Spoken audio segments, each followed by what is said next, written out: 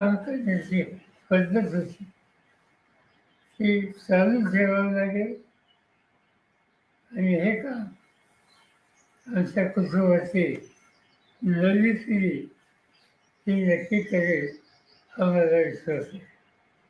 हे आम्हाला लोकांचं काही जबाबदारी असेल पण नव्या पिढीची जास्त आहे. नवी पिढी माझी खात्री आहे की या आव्हानाला सामोरं जाईल. साहेब, तुम्ही जसं म्हणलात की या सगळ्या गोष्टी पुढे घेऊन जाऊन नव्या पिढीला काम करावं लागेल, पण आता जाऊन अजून 48 तास 72 तास सुद्धा उलटले नसले तरी सुद्धा त्यांच्या पदाबाबत किंवा त्यांच्या सगळ्या एकंदरीत धोरणाबाबत चर्चा होऊ लागल्या आहेत, मुंबईत बैठका होत आहेत. याकडे तुम्ही कसं बघताय की या सगळ्या गोष्टीला घाई होतीये का, किमान काही अवधी त्या गोष्टीला जाणं अपेक्षित आहे? सांगितल्या विषयाची आणि चर्चा करायची ही चर्चा इथं झाली ही जी चर्चा मी वाचतोय ती वाचतोय ती मुंबईच आहे. शिव कबूल पटेल, शिव तटकरे हे पक्षाचे प्रमुख आहेत. तो त्यांचा अधिकार आहे. त्यांना त्याच्यामध्ये प्राधान्याने काय करावं हे त्यांनी ठरवलेले दिसतंय. त्याच्या आम्ही तुम्ही भाष्य करणार नाही. साहेब, ह्या गोष्टीवरती चर्चा झाली होती कारण पवार राजकीयदृष्ट्या एकत्र येण्याची दादांची देखील इच्छा होती. अगदी अनेक जणांनी भावना देखील व्यक्त केलेली आहे की काही जिल्हा परिषदच्या निवडणुकीच्या आसपास दोन्ही पक्ष एकत्र येणार होते. काय अशी चर्चा झाली? असं आहे की जिल्हा परिषदेच्या निवडणुका आता सुरू आहेत त्याची सगळी जबाबदारी अजित होईल. मी स्वतःचं कधी जाती नाही या निवडणुकीत. मला त्यांनी रीड केलं असं काय करणार तिच्या कामाला लागेल. मध्येच हा अपघात झाला. आज खऱ्या अर्थाने राष्ट्रवादीची विधिमंडळाची बैठक होत आहे. 2 वाजता घटनेची पद देखील सुमित्रा उभी पवार यांना मिळणार आहे आणि 5 वाजता उपमुख्यमंत्र्यांची पदाची शपथ देखील घेणार आहे. असं वाचण्यात आले हा त्यांचा अंतर्गत पक्षाचा निर्णय दिसतो तो त्यांचा अधिकार आहे. साहेब, जसं तुम्ही म्हणालात की आता दोन्ही राष्ट्रवादी एकत्र येण्याच्या ज्या सगळ्या चर्चा होत्या त्या महापालिकेत आपण बघितलं की दोन्ही राष्ट्रवादी एकत्र लढल्या. काही ठिकाणी यश आलं, काही ठिकाणी अपयश आलं. पण आता पुढची भूमिका तुमच्यावर मोठी जबाबदारी असेल पुन्हा एकदा. तर या सगळ्या गोष्टीत कधी या संदर्भातलं थोडं त्याच्यामध्ये काही चालू होतं माझ्या कानावर जे होतं त्या सगळ्या चर्चेत मी होतो. पण ही दादा जयंत चौकासी, शशिकांत शिंदे असे आमचे काही काही याच्यात सतत होते आणि ते त्या सगळ्यांना एकत्रित करण्याच्या प्रक्रियेचा जवळ येऊन पोचले होते. शेवटचं विषय त्याने आम्हाला लोकांना केलं होतं. दरम्यान हा आघात झाला. साहेब, येत्या काळातला सगळं हे मोठी जबाबदारी पुन्हा एकदा सगळ्या तुमच्या पक्षातल्या लोकांवर असेलच. त्यामुळे आगामी पक्षाची वाटचाल आणि त्यासोबतच पुन्हा एकदा एकत्रीकरणावरचे मुद्दे या सगळ्या गोष्टीकडे तुम्ही कसं बघणार आहात? आणि तुम्ही जसं काल स्वतः नदीची पाहणी करायला गेला होता तुम्हालाही ते आता जाणवतंय की कुठेतरी मोठं परत स्वतःहून थांबायला लागेल, स्वतःवर जायला लागेल. त्यामुळे सगळी पुढची वाटचाल आणि पुढची भूमिका या संदर्भात वेळ जरी लागला तरी पण कशी जाईल त्याबाबत आमची जी नवी पिढी आहे तिला प्रोत्साहित करणं आणि आधी दादाच्या गाण्याला एक प्रचंड धक्का बसला झालं तो भरून काढण्याच्या दृष्टीनं जे जे करता येईल ते करतो. साहेब, आज शपथविधी होत आहे. शपथविधीला पवार कुटुंबियांपैकी कोण कोण असणार? पुढच्या वर्षांपासून वाचल्या दिवस बाकी आम्हाला जायचं. साहेब आपण उपस्थित राहणार अशी बातमी आहे का? ते कसं माहितीच काय आपण जाणार आहे? नाही काही माहितीच नाही. आणि आहे का हे माहिती. साहेब खरं तर या संदर्भात कुठली चर्चा झाली तर अजितदादांच्या जाण्यामुळे अनेक गोष्टी ज्या आहेत त्या वेगळ्या झाल्या असं दिसतं. त्या संदर्भात कुठली चर्चा झाली का तुमची आणि इतर राष्ट्रवादीशी या संदर्भात शपथविधी होतोय किंवा कुटुंब मनाची कुठली? कुणाची नाही. नरेश अरोरा काल आलते, सुप्रियाताई बी त्या साहेब नवीन सागर कोण हे मला माहिती. या घराचा नवीन होतं. काल आपण तातडीने नदीवर येऊन पाहणी केली. एवढं दुःख असताना सगळं फार वेळ बोलत होतो. तिथं त्या पाण्यामुळे फार लोकांना यातना.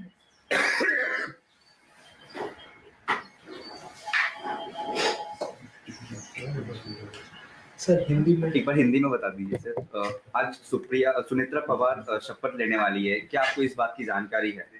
नहीं तय किया होगा तो उनके पार्टी ने तय किया होगा।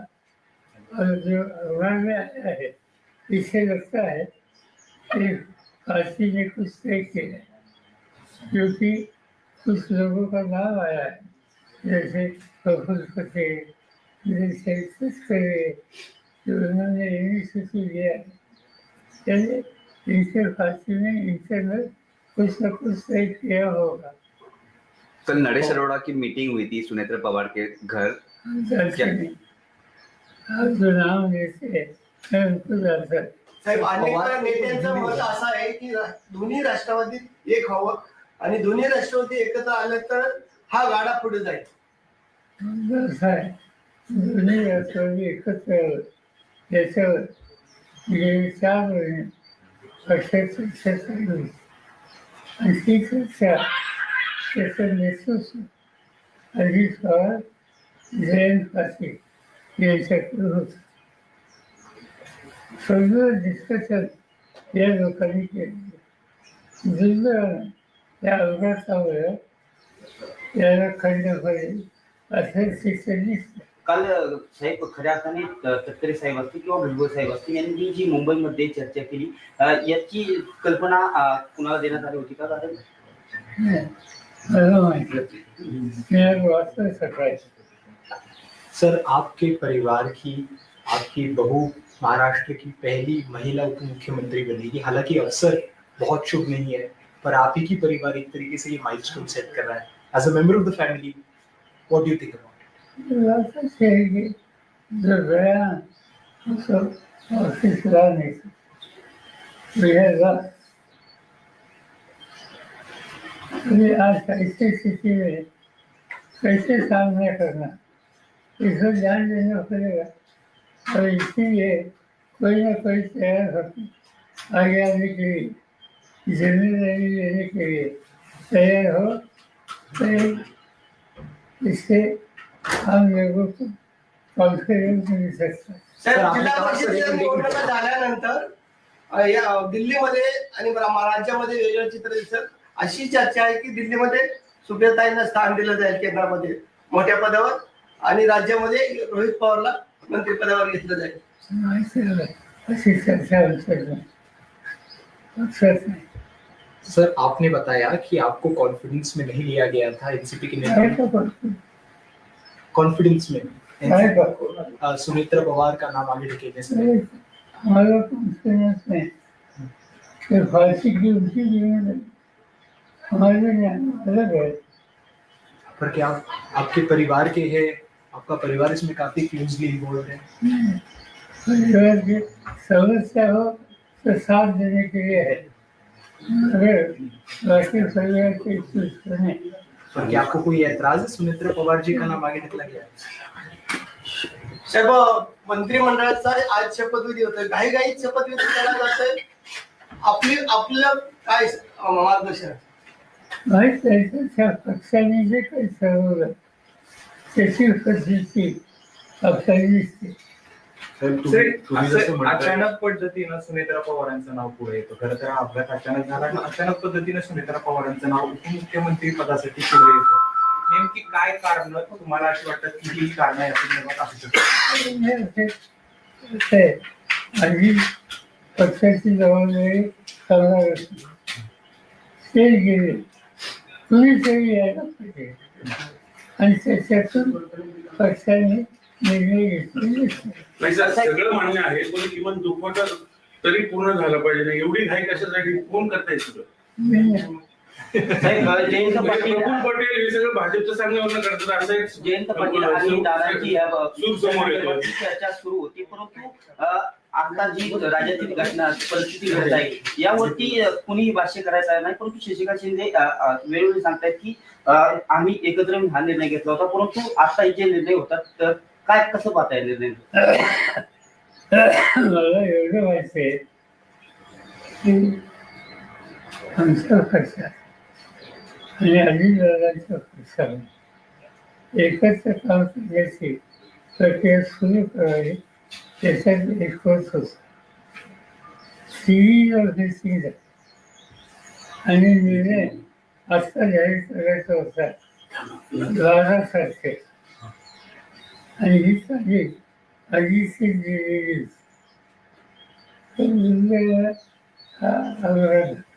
पण पार्थ पवारांनी हे सगळं घडून आलं असं बोललं जातंय. माझे पवार फॅमिली सहमत आहे का सगळ्या एवढ्या काहीशी? असा गोष्ट चर्चा करतो. तुम्हाला किमान सांगितलं गेलं तरी नाही का की बाबा आम्ही असं असं करतोय? साहेब एक मतप्रवाह असा आहे की 10 दिवस जरी या घटनेला अजून होत नाही, तुम्ही जसं म्हणताय की कोणाला तरी पुढे येणं स्वाभाविक आहे, पुढे येतील पण ह्या सगळा कालावधी थोडा जर उलटला असता, कारण की ही कार्यकर्त्यांची भूमिका आहे, तुम्ही देखील कार्यकर्त्यांसोबत नेहमी राहिलेला आहात. फक्त हा कालावधी जो आहे हा थोडा जर पुढे गेला असता तर याच्यातनं एक अजून एक पॉझिटिव्हिटी असेल किंवा एक पुन्हा एकदा पक्षाचं नेहमीप्रमाणेच एक भूमिका असेल ती वेगळी राहिली असती असं वाटत नाही.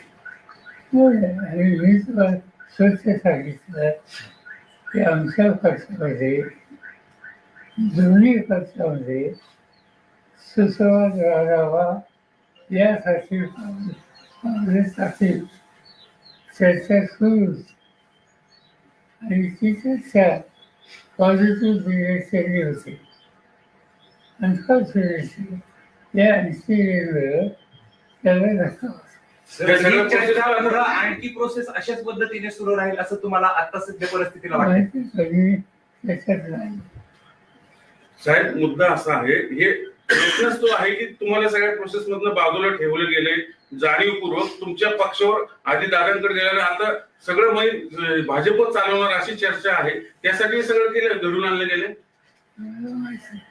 चर्चा तुमच्या मनात आमच्या मग आता हे कशासाठी एवढी घाई कशासाठी? मला काय विचार पवार साहब, सुनेत्रा नाही तुम्ही सहमत आहात त्या सगळ्या गोष्टींशी? नाही, काही चर्चा नाही, उत्साहच नाही. मग आता दोन्ही राष्ट्रवादी दादांची इच्छा होती, दादांची इच्छा होती ती खुली हवी ही आमची इच्छा आहे. पण आता त्यांची दिसत नाही हे सगळं झालंय त्याच्यावरून असं दिसत. असं काही सांगता येत एकदम सांगतो. साहेब एकंदरीत हा जी परवा झालेली घटना संपूर्ण राज्याला नाही तर देशाला चटका लावून जाणारी आहे. असे अपघात वारंवार घडले, परंतु बारामतीच्याच ठिकाणी हा दुर्दैवी अपघात घडावा याची तांत्रिक मूल्य काय असावे?